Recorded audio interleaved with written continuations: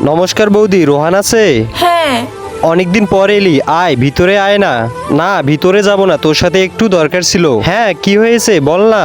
ভাই আসলে আমি দুবাইতে জব পেয়েছি, কিন্তু কিন্তু কি হয়েছে, তুমি এত স্যাড কেন? কিন্তু ভাই আমার 5 লাখ টাকার খুব প্রয়োজন। 5 লাখ টাকা? নে ভাই, তোর অ্যাকাউন্টে 5 লাখ টাকা চলে গিয়েছে। থ্যাংক ইউ সো মাচ ভাই। হ্যালো, মিস্টার রোহান বলছেন? জি বলুন। আপনাকে জব থেকে বের করে দেওয়া হলো।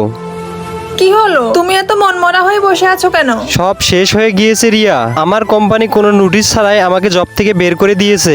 বলেছিলাম তোমাকে সেভিংসটা বাঁচিয়ে রাখো, এখন সংসার কি করে চালাবো? দেখছি আমি কি করা যায়। আমি তো খুব ভালোই আছি, তুই বল তুই কেমন আছিস? আমিও ভালোই আছি। আর ওইদিকে দুবাইয়ে সব কেমন চলছে? দুবাইয়ে তো সব ভালোই চলছে, কিন্তু আমি জানি তোর কিছুই ভালো চলছে না। বৌদি আমাকে সব বলেছে। আরে গাধা, একটাবার তো আমাকে একটা কল করতে পারতিস। আর শোন, তুই যে আমাকে 5 লাখ টাকাটা দিয়েছিলি, সেটা আমি তোকে ইন্টারেস্ট সহকারে ট্রান্সফার করে দিয়েছি। আর আমি যে কোম্পানিতে জব করি, সে কোম্পানিতে তোর জবের ব্যবস্থাও করেছি। ভালো স্যালারি আছে ওইখানে, এবার তুই টেনশন ফ্রি হয়ে যা তো।